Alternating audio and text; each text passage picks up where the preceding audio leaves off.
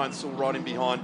This is going to be a landmark weekend for F4, isn't it? Absolutely. Very important round, this one, for everybody involved as we take a look at the track map. The international circuit this time round we're racing on 18 corners, 4.95 kilometres. And this is the first time Formula 4 has raced in anger this in the championship's history as well. We had a race yesterday. It was in the wet. Hopefully today we may see another track record set by any one of these drivers. So there's plenty to play for this weekend. It's not just the championship we're after. There's lots of other sort of podium finishes. We've got P2, P3 still up for grabs for this weekend as well. And there's plenty of motor racing to come here at the Shannon's Nationals this weekend to enjoy this wonderful 18-corner circuit. Some of these young drivers will be looking forward to that 2020 date here when Asia Le Mans comes to this track. Maybe some open-wheeler drivers put a little bit of a roof over their head, increase the lap times and outright speeds as we get the Asia Le Mans series coming down under, and we'll be at this magnificent track. It's absolutely fantastic. A little bit of cloud up in the sky, but certainly a fantastic venue. Emerson Harvey for Shannon's and Focus on Furniture on pole position. Right beside him will be Lochie Hughes, who was rapid yesterday in early qualifying in the Leipzig Australia BRM. Antonio Astudi, great to see the young Victorian driver in his HVI Sport Miguel on third position. Ryan Sewell battling. This is a live battle for the championship from Ryan Sewell to Lewis Leeds on the next road. Jackson Walls and Tommy Smith round them out. They're just about set on the grid. And it's a semi-reverse top grid for this one as well. So we've got Emerson Harvey, the season debutant, likely to take out the Burson Auto Parts Rookie of 2019, joined by last year's rookie of the year in Lochie Hughes, who's on pole position. The revs are rising, the conditions are wet, and we are off at the Bend Motorsport Park. Lochie Hughes gets a brilliant start. Emerson Harvey bogs it down. Antonio Astudi and Ryan Sewell, the big winners as they approach turn one. It's almost like they had an extra bit of grip off the line there. The second row of the grid, Astudi and Sewell came charging on through. It's the 15 that goes out wide of Lochie Hughes. He's got a clear run into turn one.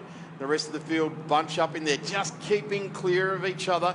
Looking there, Tommy Smith back in the series here this weekend. And it's the 76 of Emerson Harvey that's just gone backwards off the line there. In fact, he's found himself all the way back down at the back of this field as they come around through three and work through the very, very fast, long left-hander, turn 5, as they come around a fantastic part of the Tailem Bend, or the Bend Motorsport Park layout. This is the guys fighting it out for 6th and 7th on the road. It's the number 16 of Tommy Smith there, and he's got Emerson Harvey behind him. Politics on board now with the car in 5th place there.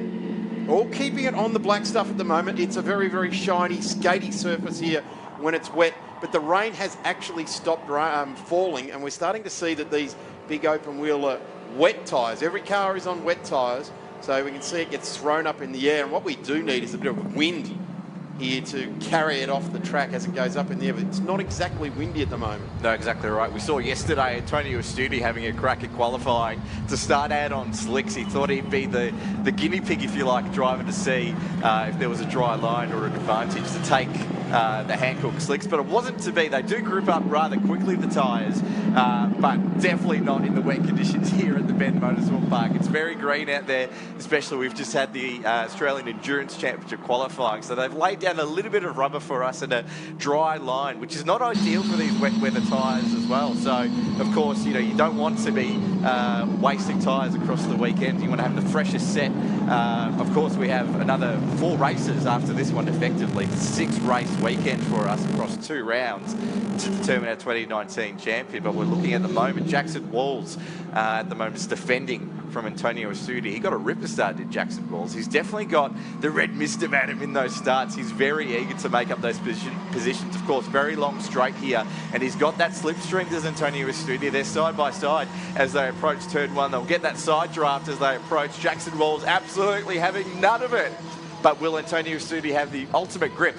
And he does into turn 1 and takes the position, and he runs wide, and Jackson Walls recovers back. They say a week in football is a long time. 1 corner in motorsport is even longer. Certainly plays out. There's the number 23, which we're keeping a very close eye on. Lewis Leeds would like to try and get as many points as he can to try and clinch this championship, this series, right in the draft now of Jackson Walls. But what he doesn't want to see is what's actually happening, and that is Ryan Sewell is jumping away at the front end of this field. It's a 9-lap journey. We're only on lap number 2, but the number 23 doesn't want to see Ryan Sewell driving away at the front of the field. And he's also got the challenge as well, as Lewis leads, to just hang on in there and just claim the maximum amount of points that he can get. It's a very long weekend here.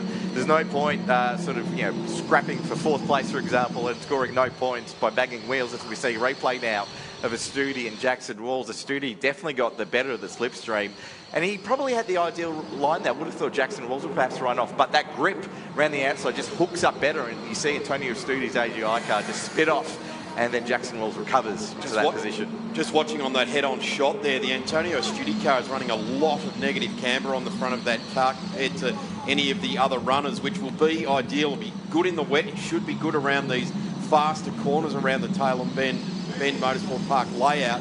But certainly down the straight, if it dries out, it's absolutely going to destroy those front tyres. So great head-on shot up that very long straight. And what we did see was Antonio Astudi running a lot of negative camber. It's something that I would suggest that even his dad might have thought of coming out of his time with Formula Holden in the early days of F3 in the Gold Star. Here, a couple of the cars running it, but you really see it on Antonio Astudi's car as we watch our Lochie Hughes driving away in car number 15. Has had an absolute ripping opening 2 laps. He's got himself a strong advantage already over Ryan Sewell. I would suggest, like Rob, you just said, that Ryan Sewell just wants to establish himself in this race, and maybe towards the end of it, if the tyres are starting to go off and we're really starting to see a drying line, and no wet tyres like a drying line. Wet tyres like wet, shiny, so that they don't overheat. They overheat very, very quickly. And with some of these aero-dependent cars, big slide there from Jackson Walls, gathers it all up through turn 2. And there he is, Lewis leads, set to pounce again. He pounced on Astudi in exactly the same part of the last lap where he understeered wide.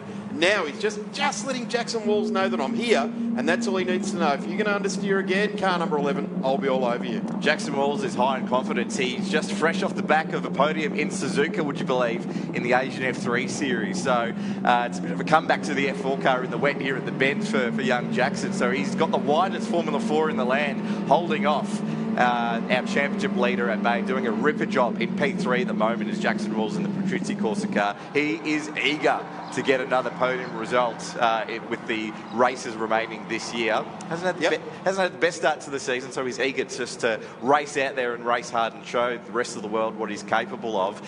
We haven't got too much in the way of that rooster tail that we're seeing with, apart from that shot, of the wet weather at the moment. So it's not too much of a factor. Through the slow corners, it's not too bad, so everyone's got some visibility. Yesterday with the sun setting, everyone was squinting, and they had the tinted visors on, and then the sun disappeared and it was a real struggle to see. So they're certainly well rested after yesterday's race in comparison. But we're looking at the moment the 2 Castrol pole position winners from yesterday, Lochie Hughes for yesterday's race. Didn't have a great race yesterday from pole position, dropped back, but he's certainly making up for it now with our round 6 pole position winner, and Ryan Sewell right behind him. It's a little bit confusing. He starts on pole for race 4 of the weekend, which would be round 1 of round 6. A lot of numbers flying around race in the 1 air. Of round 6? Exactly. So he'll be on pole later today, which is, of course, critical for when he wants to start and perhaps be the outside championship contender. So as Rob's just touched on, we have 2 rounds being run consecutively here this weekend, 5 and 6. By late tomorrow, actually not even late tomorrow, mid-afternoon tomorrow, we will know the Formula 4 champion of Australia for this year. Lock up into the corner there as we just see Lochie Hughes, the front right wheel off the ground, and stopped as he came into the corner there. So turning in late, lifting it up, we just saw the wheel stop rotating. Interesting thing with Jackson Walls coming off the FIA Formula 3 race out of Suzuka is the F3 cars are just a little bit more. They're a little bit more horsepower, a little bit more tyre, a little bit more wing. So the wheel will be slowed down a little bit for him this weekend. So he'll be able to think well ahead, be able to look up the road, be able to feel and predict a little bit more. Having said all that, wet conditions throw all of that out the window, and you're focusing just ahead of the front wing. It's one of the great. It is one of the great equalisers, the wet weather. They are in a completely different stratosphere when the conditions are wet. The rule book is at the window in the sense of what is conventionally, a wide line is often the best line. We hear about the karting line, for example. There's often more grip where it's conventionally definitely dirtier in the dry. But we're seeing Ryan Sewell, the fastest driver on circuit at the moment, is about 2/10 faster on the previous lap of Lochie Hughes. He was a weapon yesterday, Ryan Sewell. He started from P6 and finished P2. Bit of a quiet achiever was Ryan Sewell, because Lewis Leeds just romped away with the race victory yesterday. But Ryan was by far the quickest driver out on track in those wet conditions. He has got that Team BRM car absolutely hooked up in peachy at the moment. Well, I tell you what, AGI Sport have had it pretty much their own way throughout season 2019, and it's good to see that BRM, which are one of the most successful open-wheeler race teams across many versions of open-wheeler racing in F3 and Formula Ford over many years. So it's good to see them fighting back with Ryan Sewell in the number 5 car, and Ryan Sewell leaving his charge, I guess, at this year's title almost to the last minute to start getting these good results. Is really, really clever of him. Here's Lewis Leeds weighing in on Jackson Walls. Just doesn't look like Lewis has actually got the car to pressurise him, but he's there just in case there's a mistake. I just noticed Lewis lifted the visor just a little bit. I wonder if he's got a little bit of fogging up going on in that cockpit. He's obviously getting the slipstream now on Jackson Walls. He wants to finally make that pass and get out of that rooster tail of rain. But Jackson Walls is having none of it. He's saying, if you want this title, Lewis, you're going to have to fight for it the hard way. And Lewis Leeds just hangs on the back there side by side again. The switchback through turn 2. He's run wide. Great work, Jackson Walls, to hang on there. He is not afraid. He doesn't matter who is right behind him. Antonio Studi all over the back of his teammate too, but he knows the team games as young Antonio. I would suggest that Jackson Walls has learned a fair bit up in Japan over the last little while, because that's the sort of driving that Lewis Leeds had to put up with when he was racing in the UK and racing in Europe, and that is that you just don't give any quarter. I think that Jackson Walls went over to the wet side of the track just to rescue the tyre a little bit there, and what that did was it made Lewis Leeds run down that drying line. So Jackson may have just saved the tyre a little bit by giving it a good soaking up the right-hand side of the main straight. But this is some really strong driving by Jackson Walls. In fact, I reckon this is the best I've seen Jackson race. He's got one of the best in the world in F4 cars right behind him, and he wasn't able to dispatch him in that last opportunity. Interesting thing is, though, that the 2 places that Lewis Leeds has made up has been through that turn 1-2 complex. He wasn't able to put that one on the Batocchi number 11. So it's a matter of time. He's got to really get a supreme exit on one of the final corners to really slingshot him into turn 1. Because as we saw before, even though they could be side by side, and even if it's the test of who breaks later through turn 1, it's not always going to be the case that the successful driver will end up that come turn 2 and 3, as we saw many times before, including with Leeds' teammate Antonio Studi right behind. Holding steady at the moment. Ryan Sewell just losing a little bit of ground. He was less than a second off Hughes off the previous lap. That gap now between Lochie Hughes and Ryan Sewell, 1.1 seconds now. We've got our own little separate train going on here for P3 though. Tommy Smith also a little bit of a quiet achiever as well. Had some overheating issues yesterday aboard his Team BRM machine. And we see Lewis Leeds all over the back of Jackson Walls. Willie is a little bit far off compared to that last lap though. They're side by side. Covering the wet line there in the number 11 of Jackson Walls. So he is definitely getting it covered over as we go down to pit lane. Rob, you picked up before about Lewis Leeds just popping the visor open. He's been struggling with fogging yesterday as well as today. Not running any tear-offs either, though. I was saying that not only is the issue the fogging inside the helmet, but there's a lot of dirty water on the track. So he's having to wipe the visor on the outside and also try and get some air up on the inside as well. So visibility problems there for Lewis Leeds. Yeah, that's horrible in any conditions, whether you're in a tin top and the inside of the screen's fogging up and you're getting a lot of dirty water. And there is some patches around this track where you do get a little bit of water coming across the track, and the dirt carries through, and it's just like being in your car. You get it sprayed all over your helmet. Often it is helped by the fact that it's in open air and it whooshes off the side, or it blows off the side. But how close that Lewis Leeds is following Jackson Walls at the moment is it's going to be getting sprayed all the time, and as soon as you start to get a bit of heavy breathing, it's just like standing in front of the mirror and fogging it up after you've had a shower. So Lewis Leeds having a lot of challenges here. There it is again. Great shot there from our cameraman, just getting it open, getting it clear. And once you get it open, you only need it open a little bit of fresh air over it, and it clears up very, very quickly. One of the things that is really hard at the end of this race is getting back with the teams. The teams actually have to strip the cars and make sure everything is nice and dry again. You don't want to get a coil pack wet. You don't want to get a shock absorber adjuster wet. You don't want to get all these things wet for too long. So they come back, they get blown down with compressed air and some lubricant on them. And the same with the drivers. They'll be very, very paying a lot of attention to their helmets. They'll put them over a dryer and also clean off the visors multiple times between now and the next race. Lewis leads a little bit closer now on Jackson Walls as they approach through the final corner. Will this be the lap that he finally gets past Jackson Walls? Jackson Walls doing a mega job at the moment to hold off and hang on for that P3 place. He is so eager to maintain that podium position. Meanwhile, Lochie Hughes now as well, fastest driver on circuit, only by a 100th though over his teammate Ryan Sewell. They're very evenly matched at the moment, the two teammates. They're running a race of their own. This is almost the second class. And Lewis Leeds finally gets past Jackson Walls to claim P3. Not for long. Not over yet. Antonio Studi's just hanging on the back of it as well, thinking if you blokes get stuck into each other, I'm going to profit over the back of you two as well. Although Antonio Studi playing the defensive game over Jackson Walls, he's the distraction for Jackson. They're side by side again, and in a matter of moments, amazingly, we saw turn one, Jackson Walls, P3. He's now P5, only after a couple of quarters.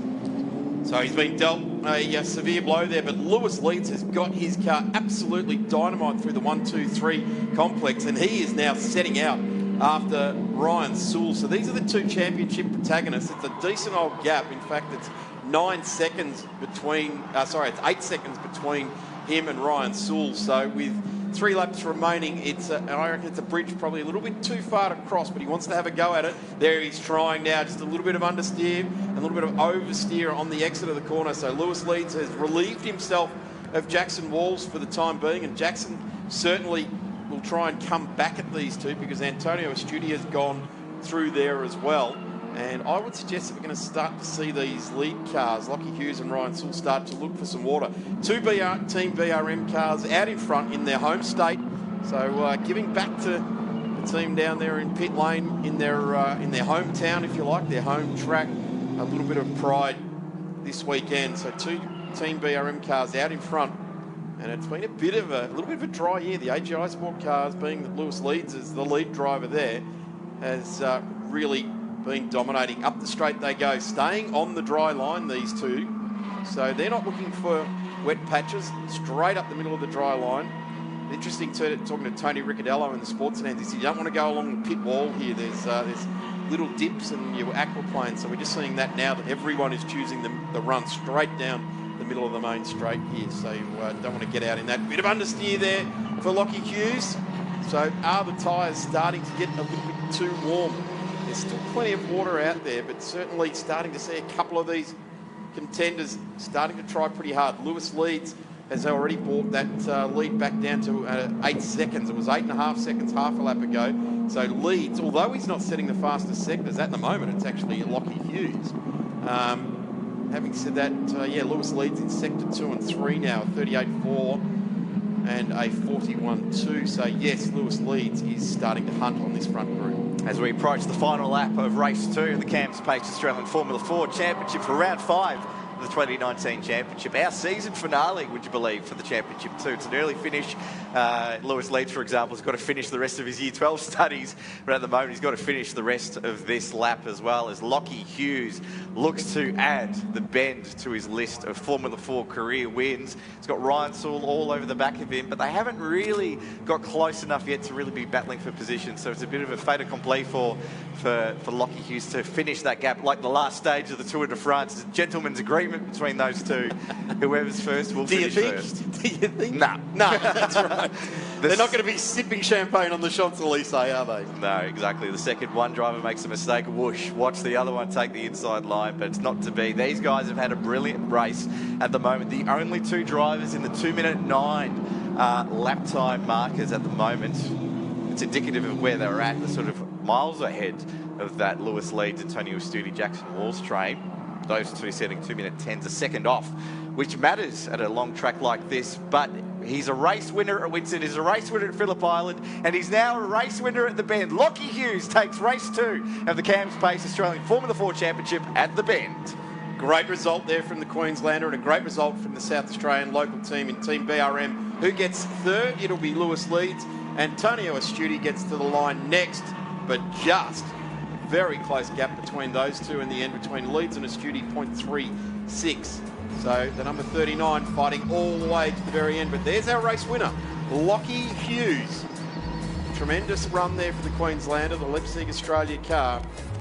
As it's still wet here at Tailem Bend. Lochie Hughes takes the win for Leipzig Australia. Ryan Sewell for Ray White and BRM, two Team BRM cars. Lewis Leeds in the AGI Sport car. Antonio Astudi for AGI Sport. Jackson Walls, Objective Racing. Thomas Smith in the Team BRM SCT Logistics. And Emerson Harvey